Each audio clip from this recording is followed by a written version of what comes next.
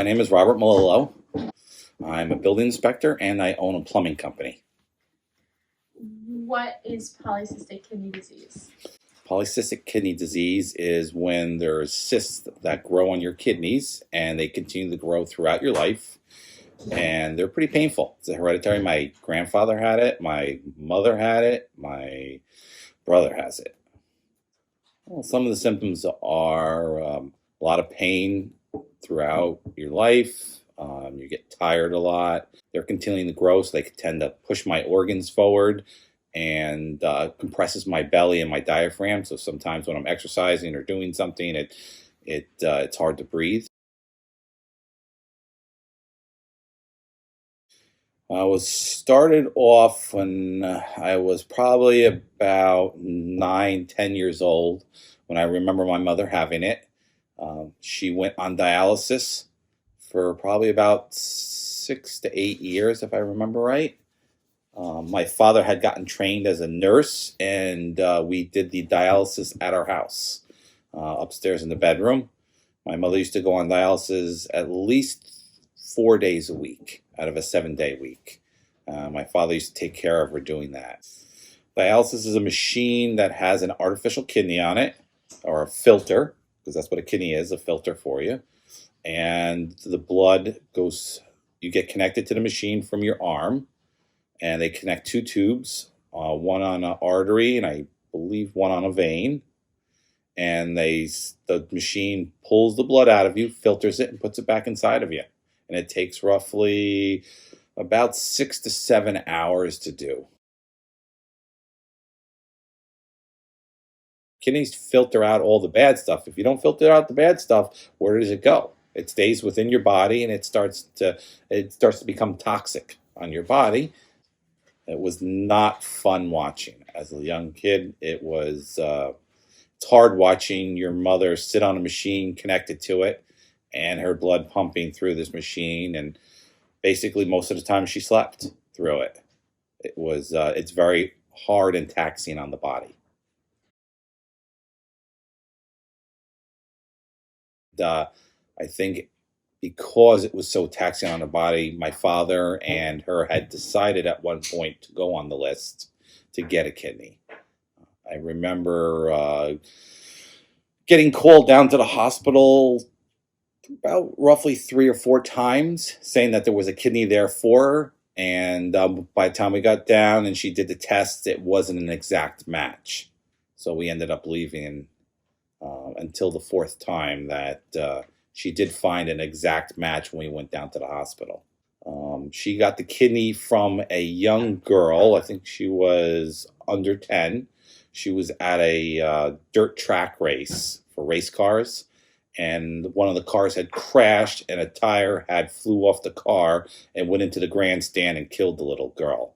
And that's how she had gotten her kidney.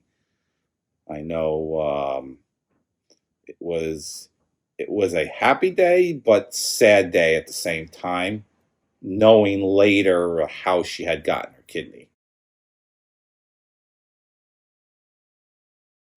It took a couple of years for her to really get used to all the medications.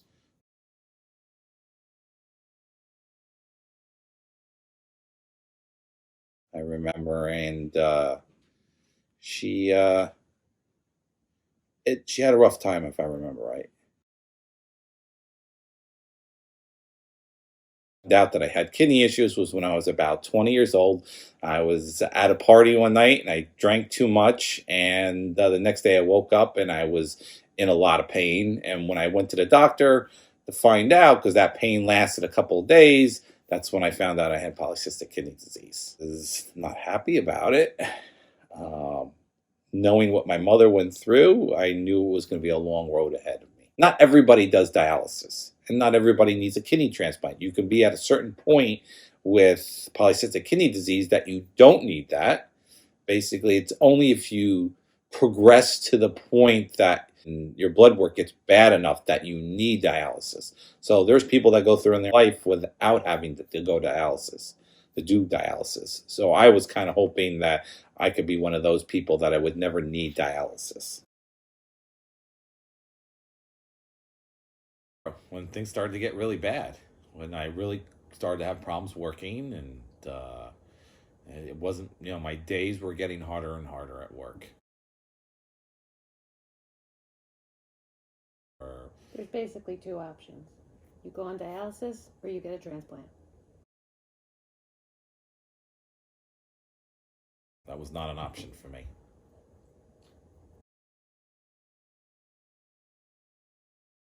They had to do a ton of medical testing because they won't give you a kidney, they won't put you on the UNOS list unless you're healthy enough to be on it. You can't have cancer, you can't have a heart condition, because they want to give kidneys to healthy people. The UNOS list, the list for the national list for cadaver kidneys, is about 7 years long. And that's a really long time. Yeah, I was getting to a point where 7 years would have meant that I would have to go on dialysis. Appointment, I happened to say to the doctor, I wish I could give a kidney. I would if I could. And the doctor was like, you can. And I had never heard that before. I thought, not being a blood type match, I wasn't able to give. And that's when we first learned about the paired exchange program.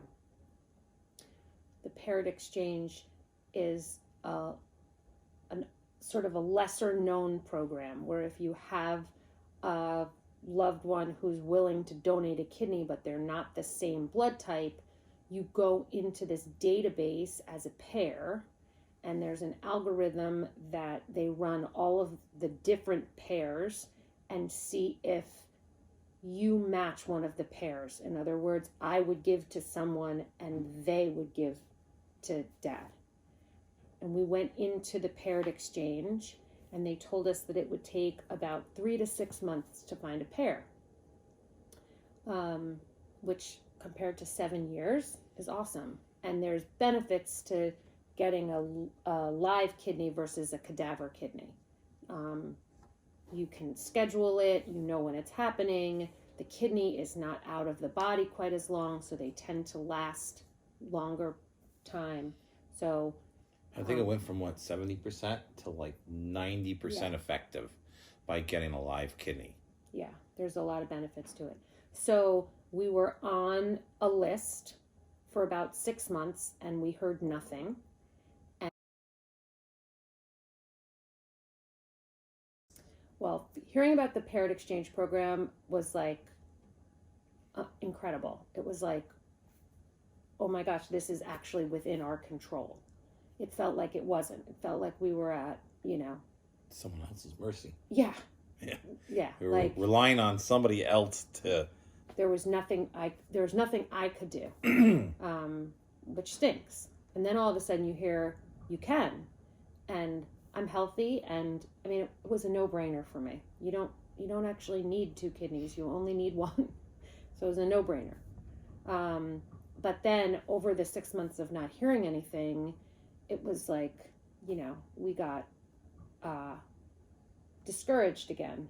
And every month, they would run the list the beginning of every month, and every month we would wait, and then we wouldn't hear anything.